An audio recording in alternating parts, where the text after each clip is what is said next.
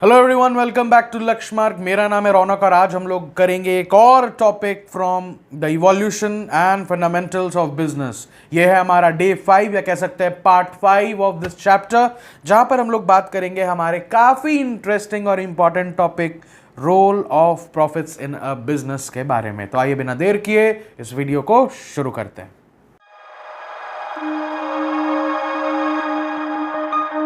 In our previous videos, we already have covered economic, non-economic activities, business features, meaning, profession, employment, उसके differences हम लोगों ने पढ़ लिए। प्लस हम लोगों ने अपने पिछले वीडियो में ऑब्जेक्टिव्स ऑफ बिजनेस पे भी फोकस कर लिया, उसके बारे में भी पढ़ लिया। जैसा हम लोगों ने कहा अभी जस्ट कि इस वीडियो में हम लोग क्या पढ़ने वाले हैं, role of profits in a business. तो my first request for you will be कि आप जाइए पहले इन सारे वीडियोस को देख कर आइए, समझ कर आइए, रिवाइज करके आइए, तब उसके बाद ये समझने समझाने में आसानी होगी। और अगर अच्छा लगे उसको लाइक करें, अपने दोस्तों में भी शेयर करें और सब्सक्राइब करें हुए हमारे चैनल को, बिकॉज वी कैन सी कि a lot of people there.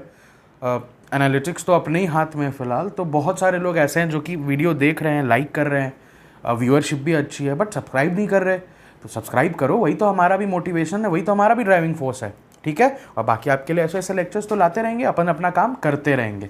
आइए इस वीडियो को स्टार्ट करते हैं, अपना टॉपिक शुरू करते हैं, role of profits in a business. ना ये काफ़ी इजी पॉइंट है, ये एक इंपॉर्टेंट है बट इजी पॉइंट है, इंपॉर्टेंट है बट इजी। तो अगर मेरे को कहना हो कि कुछ टॉपिक्स ऐसे हैं जो कि भैया ये तो भूल के भी मत छोड़ के जाना, तो it is important, very very, मेरे को लिख देना चाहिए भाई, very very important point for the for any exam or any paper that is coming your way from here now, ठीक है। देखो नंबर 1 पॉइंट क्या होता है, रोल ऑफ प्रॉफिट मतलब क्या है कि जो पैसा है, जो प्रॉफिट है, जो सरप्लस है, वो क्यों जरूरी है, वो क्यों जरूरी है। सबसे पहला चीज जो जरूरी है वो क्या कहता है, long term survival of any business. Long term survival, ये वर्ड पे ध्यान रखना भैया, survival of the business. Survival मतलब क्या, इसका मतलब होता है कम से कम इतना पैसा आ जाए, कम से कम इतना पैसा आ जाए कि cost of the business is covered, cost of the business is covered. वो बिजनेस कभी नहीं चलेगा जिसका कॉस्ट जेब से, हिंदी में कहते हैं ना जेब से पैसे लग रहे हैं, तो जेब से अगर पैसे लगाने पड़ रहे हैं बिजनेस में, वो बिजनेस बंद हो जाएगा। क्यों? कम से कम एक बिजनेस को इतना प्रॉफिट करना होगा कि जो बिजनेस का कॉस्ट लग रहा है, जो खर्चा है, वो बिजनेस के ही पैसे से निकल जाए, भले ही उसका ओनर कुछ नहीं कमा रहा। फॉर एग्जाम्पल कोई कंपनी है, कोई बिजनेस है जो महीने का 40,000 रुपया इन्वेस्ट करती है, 40,000 रुपये में वो सामान खरीदती है, उसको आपको हम ठेठ समझाते हैं, 40,000 रुपये में सामान खरीदती है, अपने स्टाफ को पे करती है, इलेक्ट्रिसिटी बिल पे करती है, सब कुछ कर करा के 41-42 रुपया उसका 40,000 रुपया खर्चा है। Now that company is earning only 44,000 और 45,000 रुपीज, ठीक है। नाउ क्या हम कहेंगे कि कंपनी बहुत प्रॉफिट कमा रही है? नहीं नहीं, कंपनी प्रॉफिट नहीं के बराबर कमा रही है। कंपनी 40,000 का लगभग सामान खरीद रही है, सब खर्चा कर रही है, जो इनपुट कॉस्ट है सारा लगा रही है कंपनी, और कमा नहीं रही है, कमा रही है 2-3 हज़ार रुपया प्लस में। लेकिन यहां पर एक ब्राइटर पार्ट यह है कि जितना वो बिजनेस पैसा लगा रहा है, वो खर्चा वो उसको सारा कवर कर ले रहा है।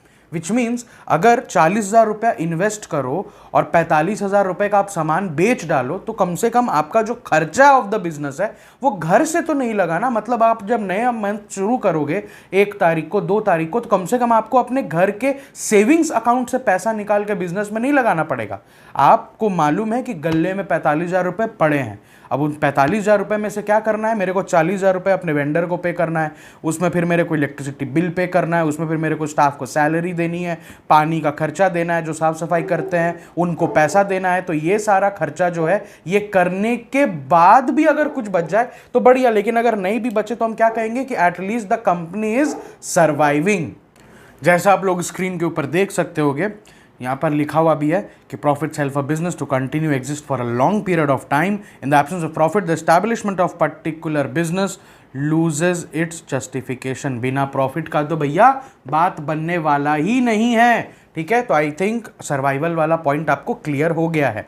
दूसरा जो 2 पॉइंट है वो काफी इजी है, मेरे लिए सबसे इंपॉर्टेंट था आपको सर्वाइवल समझाना कि सर्वाइवल बिजनेस का किसको कहते हैं। बाकी जो अगला पॉइंट है वो काफी इजी हो जाएगा। Growth and expansion of the business. अब किसी को भी अगर मैं कहूं कि प्रॉफिट बिजनेस में ग्रोथ एंड एक्सपेंशन के लिए क्यों जरूरी है, तो वो तो एक छोटा सा बच्चा भी बता देगा कि सर अगर पैसा नहीं आ रहा है, पैसा नहीं आ रहा है, तो कंपनी ग्रोथ कैसे लेगी, कंपनी कैसे एक्सपैंड करेगी, कंपनी अपने लाइन ऑफ बिजनेस, अपने लाइन ऑफ प्रोडक्ट्स कैसे एक्सपैंड करेगी। समझदारी की बात है, क्योंकि ग्रोथ स्टेज में जाना या एक्सपेंशन स्टेज में जाना कैसे पॉसिबल है। आप अपने कॉस्ट, वही 40,000 वाला ही एग्जाम्पल लेते हैं, 40,000 रुपए का आपका सामान है, 4-5 हजार रुपए का आपका खर्चा है, विच मीन्स अगर आपको ग्रोथ लेना है तो कम से कम आपका बिजनेस 40-45 हजार रुपया लगाकर इन्वेस्ट करके कम से कम लाख रुपए, 70,000 80,000 कमाएगा, तब ना, तब तो आप सोचोगे कि मेरा बिजनेस इतना कमा रहा है कि I am going to earn a huge amount of money, तब तो उसमें से सरप्लस बचेगा, तब तो आप कल को इन्वेस्ट करोगे। समझदारी वाली बात है कि पैसा ही नहीं रहेगा तो ग्रोथ और एक्सपेंशन का हम टारगेट करेंगे कैसे। वही लिखा हुआ भी है, देखो, sorry, all businessmen want their businesses to expand and grow, but for the growth and expansion of any business additional capital is needed। भैया अंडरलाइन कर दे रहा हूं आपके लिए, additional capital is needed। retained earnings are a very good source of capital। retained earnings, बड़ा अच्छा एक word आया यार, retained earnings are a very good source of capital। क्या होता है retained earnings, सुनो, इसको कहते हैं, जब भी आप डेफिनेशन चेक करोगे रिटेन अर्निंग्स की, वहां पर एक बड़ा अच्छा इंग्लिश वर्ड रहेगा, प्लाउइंग बैक ऑफ प्रॉफिट्स। मतलब कि जो प्रॉफिट आपको हो रहा है, जो सरप्लस आपका हो रहा है, उसी में से थोड़ा थोड़ा पैसा आप साइड करते जा रहे हो, गुल्लक बनाते जा रहे हो, ताकि समय आने पर गुल्लक फोड़ो, पैसा निकालो, काम करो। रिटेन्ड अर्निंग्स, आपका अभी स्कूल पिकनिक होता है तो 3 महीने पहले से, जब या दोस्तों के साथ कोई ट्रिप प्लान हो रहा है तो 3 महीने पहले से आप पैसा जमा करने लगते हो ना। ज़रूरी क्या है, पापा मम्मी से मांगेंगे, जो पॉकेट मनी मिल रही है उसी में से सेव करेंगे, थोड़ा थोड़ा साइड कर रहे हैं, और जब हमारा प्रोजेक्ट आ रहा है, मतलब हमारा ग्रुप का आउटिंग आ रही है, वहां पे निकालेंगे, पूरा पैसा खर्चा करेंगे, अय्याशी करेंगे, अपने पैसों से करेंगे, किसी से मांगने की जरूरत नहीं पड़ी। तो रिटेन अर्निंग्स एक्सपेंशन में एक बहुत बड़ा रोल प्ले करती है। कैसे? कंपनी को जो प्रॉफिट हो रहा है, वही 45,000 रुपये कंपनी इन्वेस्ट कर रही है, कमा रही है कितना, 80,000 या लेट्स से 90,000 रुपये, ठीक है। तो 90,000 रुपये में से मान के चलो 20,000 रुपये कंपनी हर बार साइड कर रही है। क्यों? ये हम जब प्रॉब्लम आएगा, जब एक्सपेंशन करने की बारी आएगी, तब हम वो पैसा निकालेंगे, और बाकी पैसा वो अपने बिजनेस ऑपरेशंस में खर्चा कर रही है, बिजनेस को धीरे धीरे बढ़ा रही है, चला रही है। जब कंपनी एक्सपैंड करना चाहेगी, निकालेगी रिटेन अर्निंग्स और अपना काम कर लेगी। उसके बाद जो पैसे बचे, मतलब अभी भी और पैसे चाहिए तो फिर तो लोन वगैरह है ही, बट फॉर एक्सपेंशन, सर्वाइवल, ये दोनों चीज़ों के लिए आपको प्रॉफिट्स की बहुत ज़रूरत है। इजी पॉइंट्स है, बट आपको टेक्निकली कॉन्सेप्चुअली समझना पड़ेगा। अब आते हैं अपने तीसरा जो हमारा पॉइंट है, ये काफ़ी ईजी है, for increasing efficiency. Increasing efficiency कैसी होती है? देखो, पहले आपको समझना होगा that it is a chain. ज़्यादा प्रॉफिट्स होगी, वर्कर्स को ज़्यादा कॉम्पनसेशन मिलेगा या एक अच्छा कॉम्पनसेशन मिलेगा। वर्कर्स को अच्छा कॉम्पनसेशन मिलेगा, it means they will be more than happy, they will be satisfied, वो अच्छा फील करेंगे, खुश रहेंगे, वो कंपनी के लिए और अच्छे से काम करेंगे, और मन से काम करेंगे, और दिल से काम करेंगे। एफिशिएंसी बढ़ेगी, मतलब प्रॉफिट रहेगा, कंपनी अच्छा पे करेगी, इंप्लॉयज अच्छा फील करेंगे, कंपनी के लिए अच्छे से काम करेंगे, मतलब एफिशिएंसी बढ़ रही है। फिर कंपनी अच्छा पे करेगी, कंपनी इंप्लॉयज को अच्छा फील कराएगी, वर्कर्स अच्छा फील करेंगे, अच्छा काम करेंगे, एफिशिएंसी बढ़ेगी, फिर the same cycle goes on and on and on, ठीक है। वर्कर्स अच्छा कब फील करेंगे, कंपनी को अपना कब मानेंगे? जब वर्कर्स के लिए भी तो कंपनी कुछ करे ना। हम लोगों ने पर्सनल ऑब्जेक्टिव्स के अंदर पढ़ा ना, क्या करती है कंपनी, एक अच्छा वर्किंग कंडीशन कब देगी? जब पैसा कमाएगी तब ना। अपने वर्कर्स के लिए एक अलाउंसेस क्रिएट करेगी कब? जब कमाएगी तब ना। अच्छा, उसको सैलरी कैसे देगी अच्छी, जॉब सिक्योरिटी कैसे देगी अच्छी? तभी देगी ना जब पैसा होगा। तो जब ज्यादा पैसा होगा तभी तो अच्छा चीज प्रोवाइड कराएगी अपने वर्कर को, वर्कर्स अच्छा फील करेंगे, कंपनी को अच्छी नजर से देखेंगे और एफिशिएंटली काम करेंगे। वर्कर्स अच्छे से काम करेंगे, कंपनी और ज्यादा प्रॉफिट में जाएगी, because a company can be as good as its employees, an employee also grow with the growth of the company, ठीक है। तो दोनों का जो लाइवलीहुड है वो एक दूसरे से चलता है, हेंस प्रॉफिट इंक्रीजेज एफिशिएंसी। ये प्रॉपर साइकिल है, ये आपको याद रखना होगा। नाउ जो हमारा अगला पॉइंट है वो देख लेते हैं, for building Prestige and recognition. ये तो काफी इजी पॉइंट है, बड़ा लंबा चौड़ा एक्सप्लेनेशन है, आप लोगों के लिए मैं लिख कर लाया हूं, आप चाहो तो स्क्रीनशॉट ले सकते हो। देखो, एक टर्म आपने अकाउंट्स के अंदर पढ़ा होगा, दैट इज गुडविल। गुडविल का क्या मतलब होता है? Let's say market standing, image of the company in the eyes of the other persons या यूजर्स में कोई भी आ सकते हैं, या तो आप कंज्यूमर ले लो, या तो कॉम्पिटिटर ले लो, मार्केट में और सारे लोग हैं, गवर्नमेंट है, सबके नज़र में कंपनी का एक क्या वैल्यू है, बहुत बड़ी चीज़ होती है। तो देखो, any company which is incurring losses day by day अलग बार बार लॉसेज में है, वो कंपनी का इज्जत तो नहीं है definitely, for very clear reason company की इज्जत नहीं है, बिकॉज कंपनी के अंदर कोई पैसा भी नहीं लगाना चाहेगा, कंपनी की क्रेडिबिलिटी खत्म हो जाएगी, there will be no line of credit also given to the company. क्योंकि मान लो आप ही बैंक में, एक बात समझो, अगर कोई कंपनी आ रही है आपसे पैसा लेने, कोई बिजनेस आ रहा है आपसे पैसा लेने, अगर वो लॉस में है रेगुलरली, आप उसको पैसे दे दोगे क्या उधार? कोई दोस्त जो कि आपसे पैसे लेकर आपको पैसे वापस नहीं करता, और अगर वो कोई बड़ा अमाउंट आपसे मांग ले, मतलब देखो, जब तक 100 200 500 600 रुपए की बात है तब तक कोई आप नहीं प्रॉब्लम है, दिक्कत है।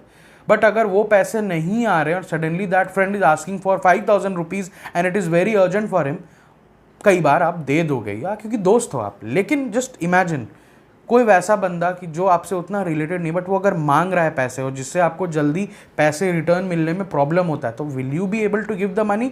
Definitely not. तो ये बिजनेस के लिए बहुत बहुत प्रॉब्लमेटिक है अगर उसकी गुडविल और मार्केट इमेज खराब हो जाती है। मार्केट इमेज कैसे खराब होती है? सिर्फ प्रॉफिट्स बहुत बड़ा रोल प्ले कर देते हैं उसमें। अगर प्रॉफिट्स है, आपके बैंक में पैसा है, योर इमेज इज गुड। पैसा नहीं है, आपका इमेज डिटोरिएट हो जाता है सर, ठीक है। अब हमारा लास्ट पॉइंट पे आते हैं, for covering the cost and risk of the business. ये बड़ा इजी पॉइंट है, देखो क्या लिखा हुआ है। It says it is the hope of earning sufficient profits that the businesses invest money and undertake risks, ठीक है। जैसा हम लोगों ने सबसे पहला पॉइंट में अपना पढ़ा कि बिजनेस का या प्रॉफिट का सबसे पहला मोटिव ये है कि अपना जो भी खर्चा है वो कवर कर लिया जाए। जो खर्चा है मतलब सामान जो बेचना है वो खुद कंपनी या बिजनेस के पैसे से आ जाए।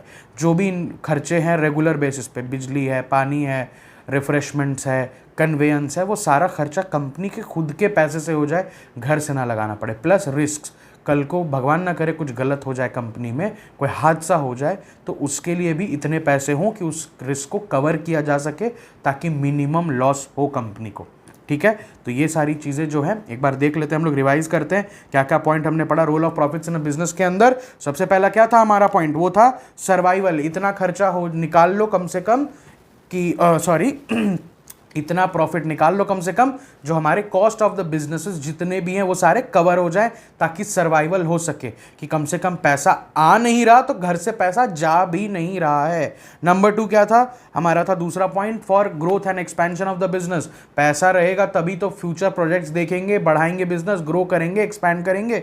ईजी पॉइंट था। तीसरा क्या था? For increasing efficiency. क्या पढ़ा हमने? वो साइकिल वाली चीज़।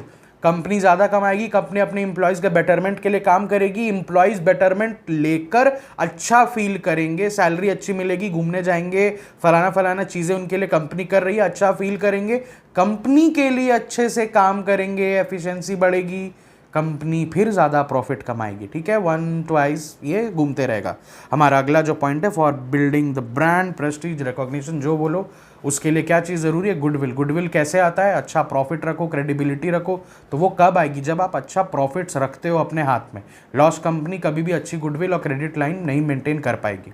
और हमारा लास्ट पॉइंट है, for covering all the costs and risk of the business. Cost क्या है हमें मालूम है, रिस्क मतलब for any thing that can go wrong in the business, उसको कवर कर सको खुद के खर्चे पे, so that the minimum loss has to be incurred by the company.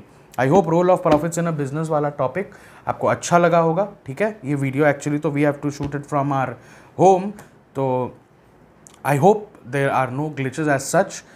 अच्छा लगा होगा आपको ये वीडियो, और भी वीडियोस आपके लिए लेकर आते रहेंगे। ये वीडियो अच्छा लगा तो लाइक करें, अपने दोस्तों को शेयर करें, और इसके पिछले वाले वीडियोस को भी ज़रूर देखें। और इस टॉपिक में, इस चैप्टर में और भी कुछ वीडियोस हैं, कुछ टॉपिक्स हैं जो अभी भी बच रहे हैं, उन पर भी हम लोग आएंगे धीरे धीरे करके, ठीक है। तब तक के लिए थैंक्स फॉर वॉचिंग लक्ष्य मार्ग।